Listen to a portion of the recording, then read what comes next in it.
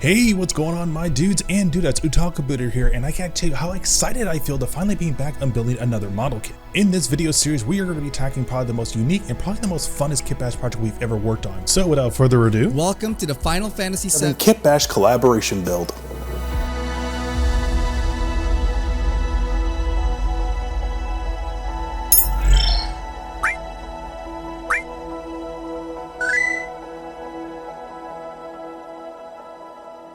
I've always wanted to do this.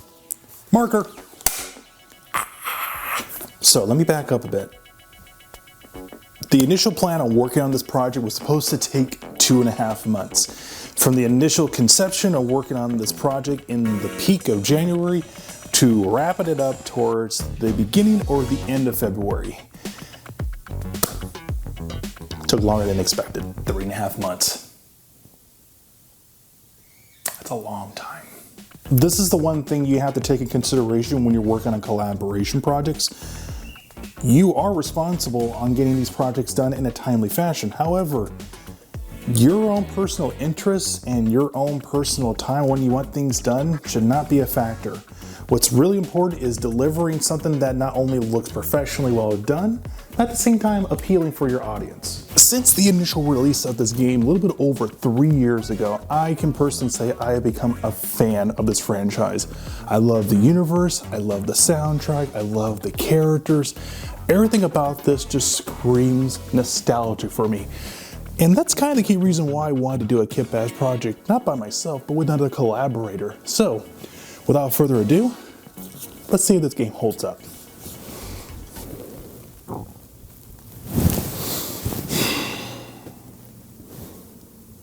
I need to start building. Like, now. Me and my wife literally clocked in 140 hours on this game, and I am extremely passionate to work on this project. But I want to try something a little bit different. I've made close to 5 or 6 videos of making Kitbash projects, and I have never taken the actual concept of taking it from out of my own head into someone else's perspective. And I felt that it was a great opportunity right now to do it with another content creator, and his name is V.AO Mecha. Now I know you guys are asking yourself, you could align yourself with other content creators in the marketplace to do something this ambitious, right? And you're absolutely right. But V.AO is an incredible man. He got the drive, he got the passion, he has the skills. Hell, he took 3rd place in a competition a little bit over a couple weeks ago. This guy is the right person to do his collaboration project. So, what exactly are we going to be doing? My friend is going to be working on probably the most respected and probably the most beloved character in the Final Fantasy lineup, Barret.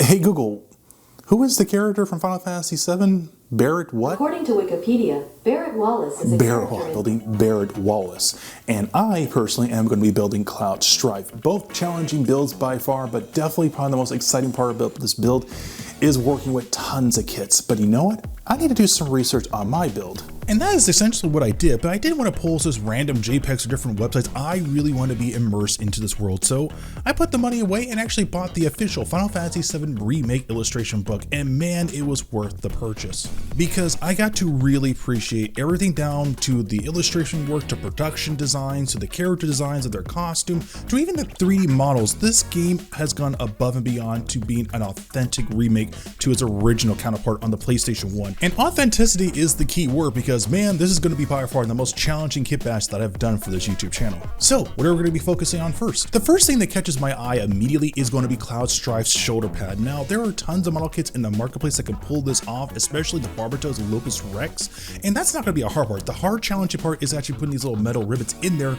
to make it pop out so that way it doesn't look out of context. But the most challenging part by far is going to be the iconic Buster Blade. And my dudes, I have been racking my brain for months how I'm going to build this iconic weapon. Did I need to buy the Kotobukiya weapon accessory kit? Did I need to 3D print it? Or am I going to actually need to purchase tons of weapon accessories and build it from the ground up?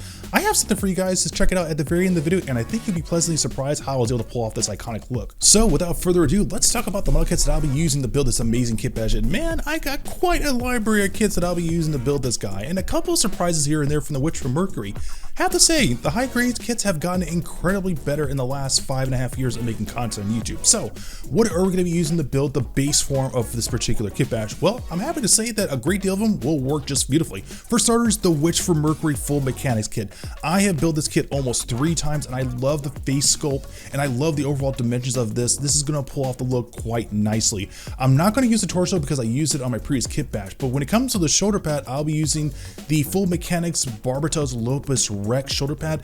There are some modifications that need to be done there, so that way when I connect it to the main body, it's fully compatible with the master grade Gundam Barbatos. Now, I have been looking at this kit for months and it is the perfect counterpart to pull off the classic Cloud Strife look. The torso is going to be the bread and butter because Cloud is on a little bit on the skinny side and so is the Barbatos. So I really want to expose those pistons to give a nice little dimensions and depth to it. I'll be using parts of the arms itself to build it up, but most importantly, the weapon accessory is going to be the most essential part for this Kitbash because that's going to be essentially be the foundation for the Buster Blade. Again, be patient with me. I'll explain it later on in the video. Now, the Quanta, this is kind of the hard part that I was going to work with this particular kit, but I wanted to keep it in the video regardless. I like the overall skinny, semi-bulky look for the legs. I thought it would work, but then I came across the Gundam Dynames, and man, this is the perfect one to get that nice chunky, baggy pants look, and plus, you get a great range of articulation when it comes to the actual ankles. You don't get that with the Quanta. Plus, if we're talking about feet, the Quanta's on a bit on the pointy side, where the Dynames is on a nice boot-like shape, and I like that. Now, when it comes to the Witch for Mercury high-grade kits, I'm going to be using a hodgepodge of these kits left and right. The one particular part I'm going to be using on this particular kit is going to be the torso. Now, what exactly I'm going to be using part of the torso for? Well, that's going to be a big surprise later in the video, and I hope you guys get excited for that. This kit, I wish they made it as a master grade. This would have been a second candidate to pull off the Cloud look, but you know what? You got to work where you need to work with, and by far, when you work where you need to work with, things come out amazing. 5, 4, 3, 2. So just as I mentioned earlier on the video, I was originally going to go with the Quanta for the legs themselves, and just as I feared, they're not on the bulky side. They're a little bit too, I guess you could say organic looking, too soft here and there. Although I feel it'll be perfect for another candidate for another Final Fantasy Kitbash, so let's just say if this video does well, I might consider using them for, I don't know, handsome devil, long silver hair, has menacing, beautiful greenish blue eyes. I don't know, doesn't really ring a bell. Maybe you guys know who I'm talking about, right? Just like what I mentioned previously in this video, I want to go with that nice chunky military style to it, and I think the Dynames will be the perfect candidate for this. So I'm going to take these pieces out, put them together, see how they look, because I want to put some LED lights in these bad boys, but I had the exact same concern like I did when I built the Dynames almost 3 years ago. Putting an LED light in the main thigh, no problem, but then following that really thin electrical wiring down to the main leg can prove to be problematic because that much bend, that much articulation would not only create a great deal of stress on the electrical wiring, but over time it'll end up snapping it all together. So that's not really safe. I want to put this guy in many dynamic poses as I possibly can, but a next challenging part is going to be the waist section. Now I had the bright idea of working with the Dynames, but it's a little too bulky. What if I start connecting parts from the Gundam Barbatos? Now I thought this would be an excellent opportunity to do some experimenting on this particular part, so I thought the ball joint area would be compatible with the Barbatos waist section, and man, I was sadly mistaken. Not only this piece is slightly on the small side, but the ball peg that sits right there on the joint is way too loose, and over time it will just fall off. So I thought to myself, what if I used the Barbatos ball joint peg instead of the actual Dynames? And surprisingly, the connectors are actually compatible. Now over time, the actual area might lose some durability over time, but it's actually nice and snug in there, which actually makes me really wonder, can I put this guy in other dynamic poses to make this look really cool? Well, my dudes and dudettes, no times like the present, let's build the other leg. We arriving at the destination. 5, 4, 3, 2, 1.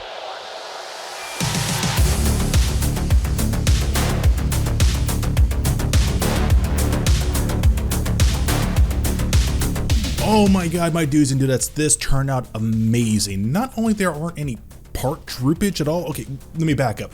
What I mean by that is there are actual areas that are nice and tight to one another. It's not going to create any weight distribution problems, so we are good on that. Plus, if I add any additional heavy accessories on there, it's going to look great. The challenging part is going to be hiding the electrical wiring and putting like a small little power supply to light up the thighs, but that's not going to be a problem.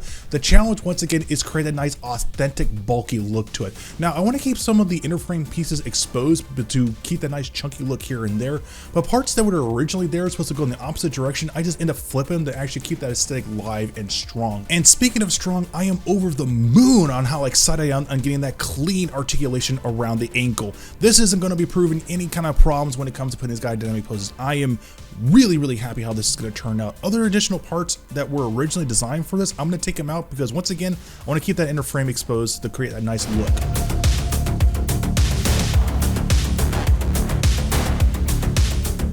Okay, so in this explainer process, I changed things up. Instead of having an actual video format, I end up doing it in a slideshow. So as you can see here, I end up once again using the shoulder pad from the Gundam Lupus Rex, drill a couple of holes to put in little drip bits, and as you can see here, the consistency size is really off. I end up scrapping those and putting in something a little bit smaller, drill in a couple of holes to create a little bit more dimensions onto the shoulder pad, just like what you see from the original conceptual artwork, and then end up painting it and make it look really good. I end up doing two different versions because I didn't like the first one, so fortunately for me, I had to spare one lying around. Now when it comes to the actual forearms and arms, I'm going to keep a nice little color shift between the two, really unique. I'm going to go with a nice skin tone look with a little bits and pieces of the actual Gundam inner frame showing there. Now the next challenging part is going to be the wrist gauntlet. Now as for the top gauntlet, I end up using the spare parts from the Gundam Barbatos Lupus Rex wrist to make it really cool for it. As for the bracelet, this is where things get kind of cool. I actually purchased a used Tallgeese model kit a couple of months ago at Tokyo Jungle, but I didn't know that the pieces were already starting to fall apart due to plastic fatigue. So fortunate for me, I had a spare one lying around my backlog.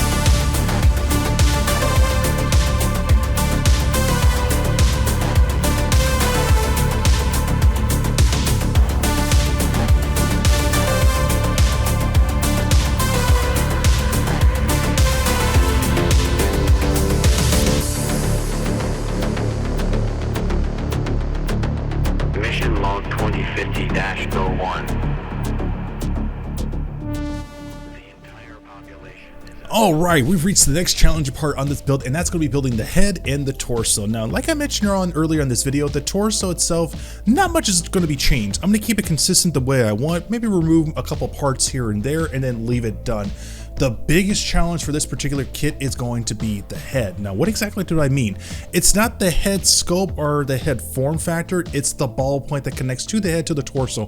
The ball peg for the actual particular Barbatos is on the small side, which means if I connect it to the aerial head, it's not going to be on there at all. It's not even going to be stationary, it's just going to be loose and it's going to fall off. So I had the bright idea of just removing the ball peg from the Gundam Barbatos and then take the ball peg for the Gundam Aerial and then install it onto there and nice and snug. And not only this worked very well, but it actually pulled out the look very nicely.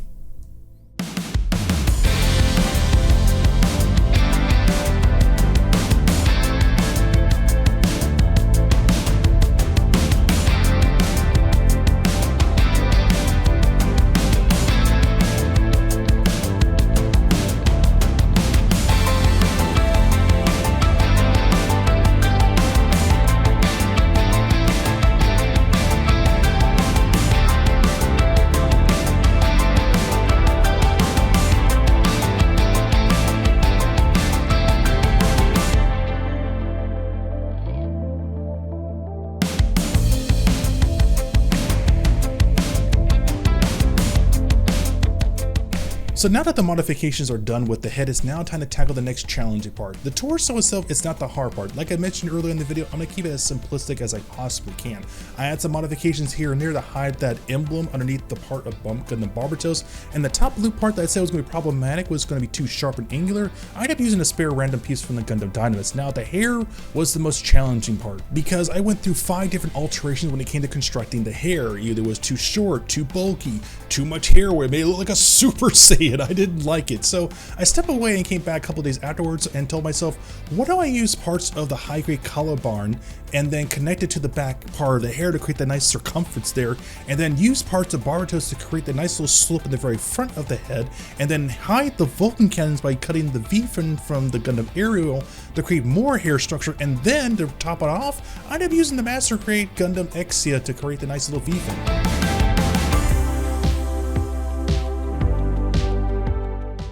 Okay, my dudes and dudes, now comes the most iconic part on this Kitbash, and that's creating the Buster Blade. Now, I literally racked my brain for months and months trying to come up with different ways to construct it, whether it was either buying conversion kits or buying other already constructed Buster Blade like model kits. Was I going to do it a 3D build? Was I going to use parts of the Gundam Barbatos? So then it dawned upon me, wait a second, I actually have an old school master grade Gundam Exia in my backlog. That thing's just sitting there collecting dust, so why don't I use the spare parts from the GN sword to create the classic Buster Blade, right? Unfortunately, the proportions on that blade is too small. But then I had a second epiphany. Burbank Hobby is literally 15 minutes away. I'm going to hit them up, you sexy bastards, and buy a perfect grade to pull off the classic Buster Blade look. And you know what? I don't care.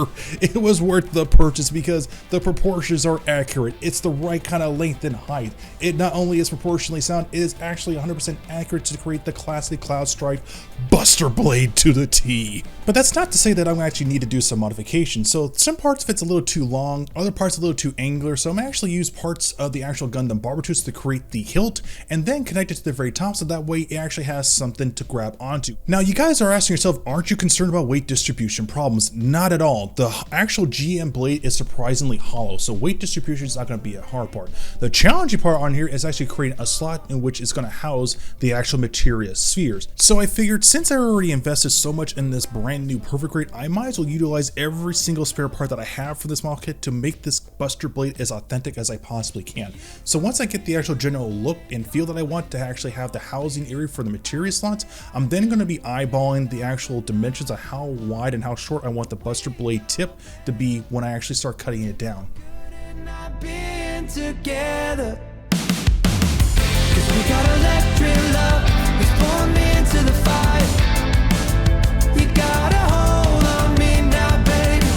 You got electric love, it's taking me up even higher. You're running all through me now, baby.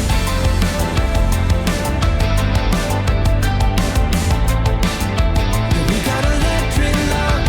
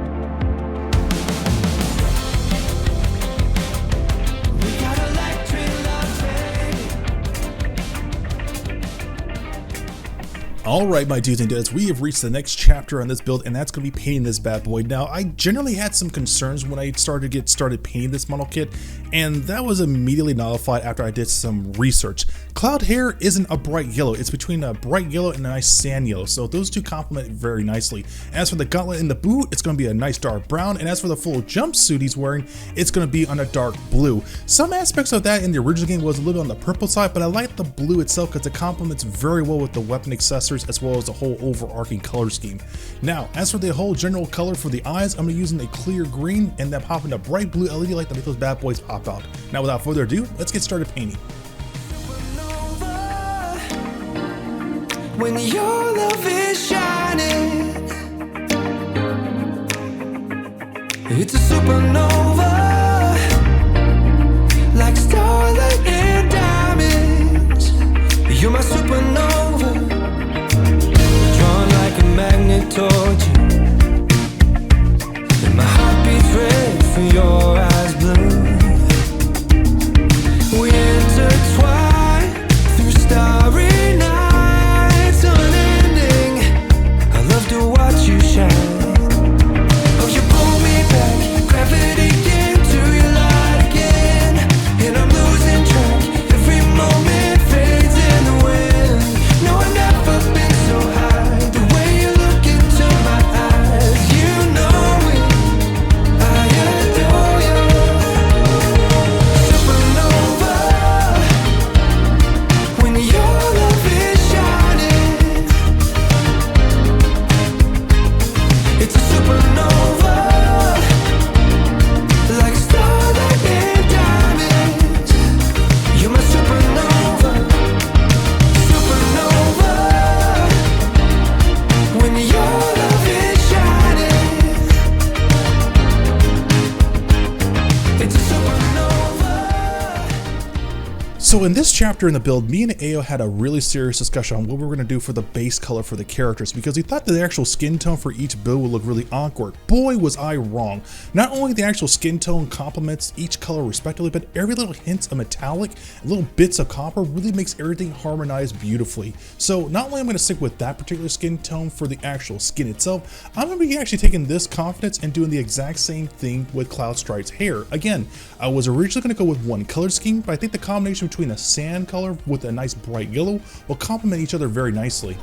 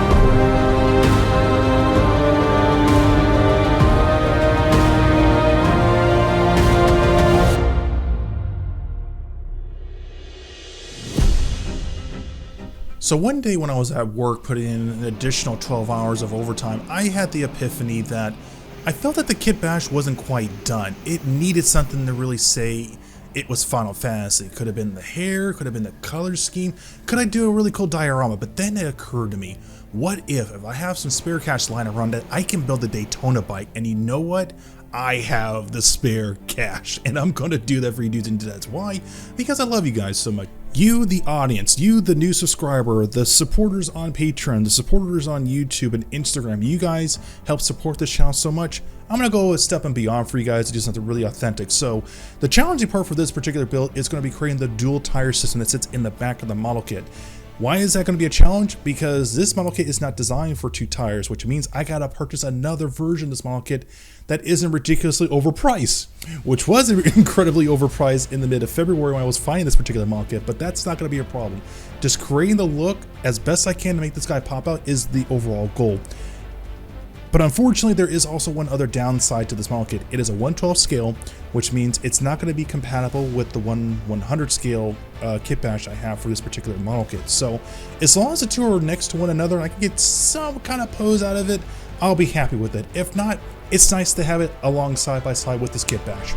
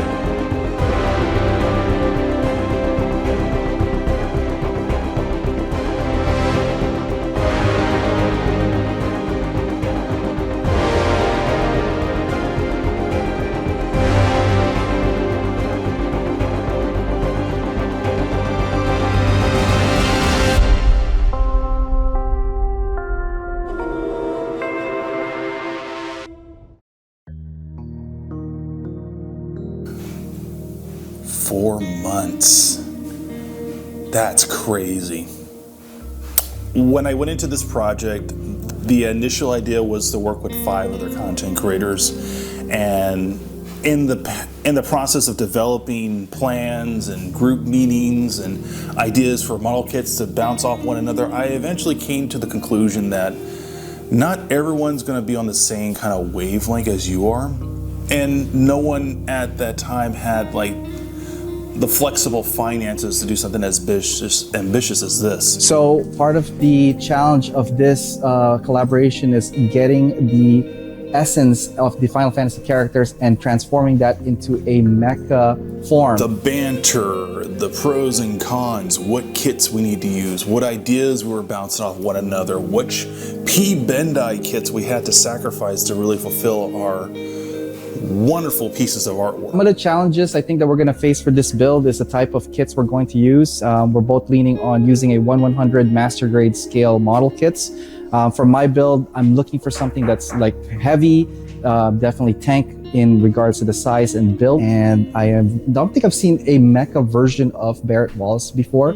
So I really am hoping to do it justice and create something unique and still true to the form. What can one say about as an ambitious project as this? Expensive. This has possibly been the most expensive build next to the BT7274 Titanfall Kitbash I did almost a year ago. I have no regrets, okay? Zero. And I knew when I was on this adventure with V.AO Mecha that things would click. This challenge is going to be really interesting to see how my style and Otaku Builder style is going to mesh. Obviously, Otaku Builder has LEDs on his projects. I'm looking forward to see what he's going to bring to the table. For me, I'm going to look at different gimmicks and different tactics to see if I can match that kind of design caliber. Kit bashing is a very fun and rewarding projects because you get a chance to use many different parts and combine them to create something really unique and creative. My biggest concern with this project was working with someone that's on a different wavelength with me, you know. Maybe this person's not into Final Fantasy, maybe this person's not really interested in kit bashing. It was, all to say the least, was extremely experimental, and my God, it just turned out to be something really special. My fascination was art and building things from scratch. V.AO Mecha is a musician, he's an architecture, he is a 3D modeler, he's a Gunpla builder, but overall he's just a wonderful friend to have around, because there will be times where he would have a stressful day at work, I would bounce some ideas off of him, and then I would have a crappy day at work and he would throw some music that he would be working on, some work in progress builds that he was working on, and then we would show clips from Final Fantasy, the game, and share the music and things that we wanted to do with this project. It was just a wonderful experience. And I have to say this, I want to do more collaboration projects with other content creators, but not the big name ones. You know, I want to work on the underdog guys, the ones that are starting up, the ones that are making a name for themselves. The big name ones are good, but I think it's really important now today is to really give respect and love to those creators that need that extra push. Now, where does this adventure go in the future? Are we going to do more collaborations? Are we going to do even more future kit bashes related to Final Fantasy VII? It's hard to tell right now, but I think the one thing I like about this experience was just taking my ideas and bounce it off of someone else, and then have that person nurse those ideas and reflect it back at me with something else new and refreshing. Because I did that with his build, he did that with mine, and I have to say it was extremely satisfying, because I generally look forward to coming home from my 12-hour shift from work and jumping into the garage and working on my model kit. That's the wonderful thing I love about this hobby. It's a hobby first, but at the same time, it's kind of like therapy. So Mr. Mecha, thank you, sir. This was a wonderful adventure. I had a blast getting to know you both as a builder, as a friend, and as a brother from another mother.